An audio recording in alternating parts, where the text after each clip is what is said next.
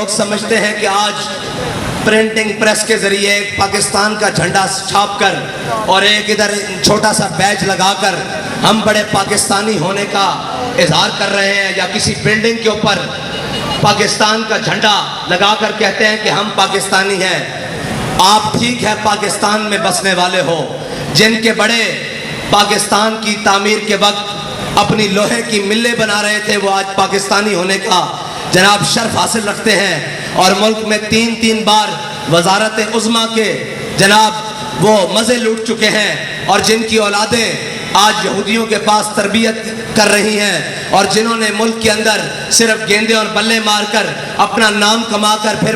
وزارت عظمیٰ کی سیٹیں حاصل کر کے وہ سمجھ رہے ہیں کہ ہم پاکستانی ہیں۔ پاکستانی وہ نہیں ہے، پاکستانی وہ ہے کہ جب پاکستان کا پرچم اٹھانے پر گلے کٹ رہے تھے ان گنت، اور جب پاکستان کا پرچم اٹھانے پر چھپ کر ہجرتیں کرنی پڑ رہی تھی، اور جب پاکستان کا نعرہ لگانے پر کنبے کے کنبے دریائے راوی میں قتل ہو رہے تھے، اور جب پاکستان کا نعرہ لگانے پر پوری کی پوری ٹرینیں سر کاٹ کر امرتسر سے لاہور بھیجی جا رہی تھی۔ پاکستان کا نعرہ لگانا اس وقت مشکل تھا، اور اس وقت مشکل ہمارے بڑے اپنے کاروبار نہیں چمکا رہے تھے، ہمارے بڑے اپنی ملیں اور انگریز سے جاگیریں نہیں حاصل کر رہے تھے، بلکہ ہمارے بڑے نعرہ لگا رہے تھے کہ بٹ کے رہے گا ہندوستان اور بن کے رہے گا پاکستان، اور پاکستان کا مطلب کیا؟ دستور ریاست کیا ہوگا؟ وہ تھے ہمارے بڑے، اور ان بڑوں کی لائن اسی طریقے سے آج ان کی اولادیں بھی، ان کو پتہ ہے انگریز کے ان غلاموں کو، ان انگریز کے ان جناب چاپلوسوں کو، ان انگریز کے نوکروں اور چاکروں کو پتہ ہے کہ اگر یہ حقیقی وارث جن کے بڑوں نے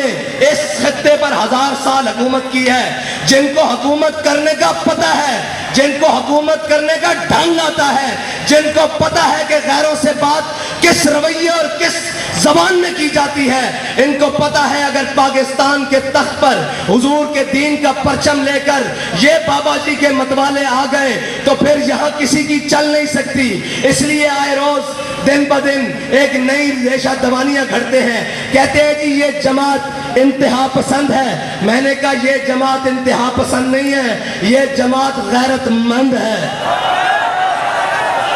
اور اگر غیرت مندی کا نام انتہا پسند ہے تو پھر میں بھی انتہا پسند ہوں، پھر میرے بچے بھی انتہا پسند ہے، پھر میرے کارکن بھی انتہا پسند ہے، پھر ہمارا بات بھی انتہا پسندی ہے۔ اور غیرت مندوں کو جب بے غیرتوں کو غیرت کی بات دلائی جائے نا تو وہ کہتے ہیں بڑی انتہا پسندی ہو رہی ہے۔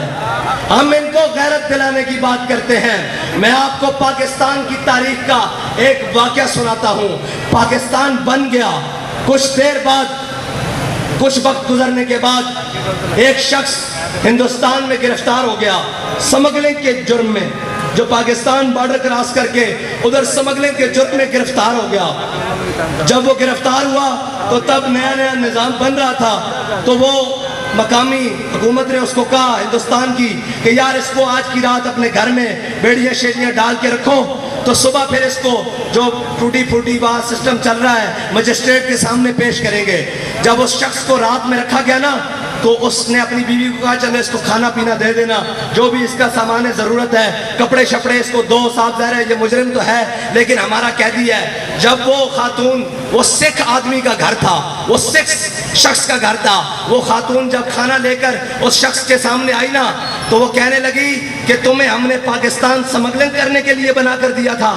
وہ شخص حیران ہو کے اس خاتون کی طرف دیکھنے لگا۔ اس نے کہا اچھا میرا جرم ہے سمگلنگ، لیکن تم مجھے یوں کیوں کہہ رہی ہو؟ اس نے کہا بے غیرت اور بے شرم، میں مسلمان کی بیٹی ہوں، یہ وطن لٹتے وقت انگریز مجھے اٹھا کر لے آئے تھے، میں تو انتظار میں تھی کہ کوئی محمد بن قاسم کا وارث آئے گا، کوئی صلاح الدین ایوبی کا وارث آئے گا، کوئی جناب محمود غزنوی کا وارث آئے گا، تم تو سمگلر نکلے۔ وہی سمگلروں کی اولادیں اور وہی سمگلر جو جناب آج سوئس بینک میں یہاں سے پیسے نکال کر وہاں بھیج رہے ہیں، یہ سمگلروں کی اولادیں ہم پر مسلط ہیں۔ اس خاتون نے، اس بہن نے کیا کہا؟ اس نے کہا ہم نے لاکھوں اپنی عزتیں اس لیے لٹوائی تھی کہ تم سمگلنگ کرو، ہم نے تو عزتیں اس لیے لٹوائی تھی کہ وہ پاکستان بننے جا رہا ہے جس پاکستان میں حضور کا دین کا پرچم بلند ہوگا۔ یہ ہے ہماری داستان،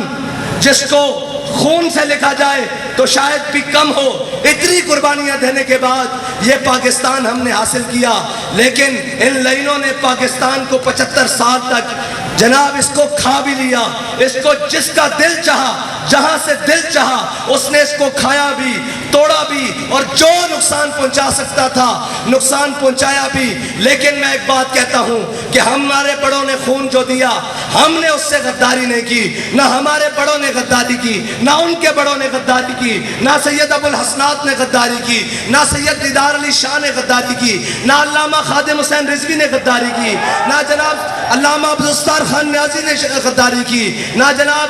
سردار عبدالرب نشتر نے غداری کی، اور نہ لیاقت علی خان نے غداری کی، نہ مولانا شوکت علی جوہر نے غداری کی۔ ہمارے بڑوں نے اس پاکستان کے ساتھ اور اس پاکستان کے نعرے کے ساتھ غداری نہیں کی۔ غداری زرداری نے کی، غداری نواز شریف نے کی، غداری ضیاء الحق نے کی، غداری پرویز مشرف نے کی، غداری جناب عمران خان نے کی، جو کل کھڑا ہو کے کہہ رہا تھا، لوگ کہہ رہے تھے کہ جناب یہ تو بڑا محب وطن ہے۔ میں نے کہا کیسے محب وطن ہے؟ کہتا ہے جی وہ بہت بڑے اسٹیڈیم میں جہاں ہزاروں لوگ آتے ہیں وہاں کھڑا ہو کے قومی ترانہ پڑھا ہے۔ میں نے کہا تجھے منافق کا نہیں پتا، یہ تو قومی ترانہ ہے، منافق تو پیچھے کھڑے ہو کر فرض نمازیں پڑھ رہے تھے۔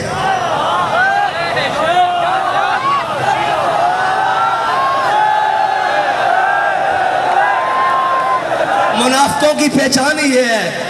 منافق تو پیچھے کھڑے ہو کر فرض نمازیں پڑھ رہے تھے، جمعے والے دن پہلے ممبر پہ کھڑے ہو جاتے تھے۔ یہ تو منافق کھڑا ہو کے ترانہ پڑھے گا نا، اس کا پردہ جو چاک ہو رہا ہے، اس نے ترانے پڑھنے ہیں۔ تو ترانے نہیں، تو جو ترانے لکھنے بھی شروع کر دے، ہمیں اس سے غرض نہیں ہے، ہمیں پتہ ہے تو منافق اعظم ہے۔